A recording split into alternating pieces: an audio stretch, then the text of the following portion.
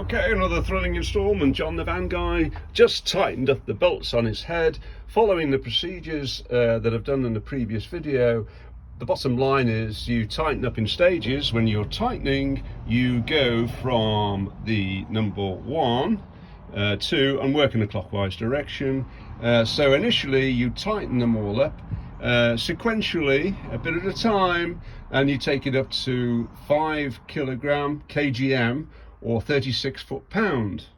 Again, do it stepwise, work your way around, and then you loosen. Now to loosen, you actually go in the left direction. You're going anti-clockwise, so you start at number 10 here and you work your way around to actually loosen. Then you actually tighten up again, this time to 2 kg, 14.5 foot-pound. So you're loosening and then tightening to 14.5, and then this is the fun bit. Then you've got to go a 300-degree turn on the bolts. So what I did, I used a white enamel, and at the top of the bolts at 12 o'clock I put a dot. 12 o'clock I put a dot all the way around, and then I turned each one stepwise, again going tightening, so you're going from 1, 2, 3, 4, 5, 6, going in a clockwise direction, and I turned about 1/8 to 1/4, then to 1/2, then to 3/4, and then I ended up with the little dot at about 10th of the hour. Now you see all the little dots are about 10th of the hour. Now, so the 3/4 turn will give me 270, with the extra third of a quarter, so it's now 10 to 12. It gives me another 30 degrees. So you've got 300 degrees turn on them, and it was quite heavy going. So believe me, if you do it in stages, it's possible, but you do need plenty of room to actually swing that heavy duty breaker bar to actually get it to work and get the leverage on it.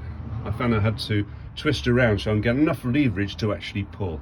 So there you are, guys, it's all on. Don't forget, when you put in the rocker box cover, to put your rods in first.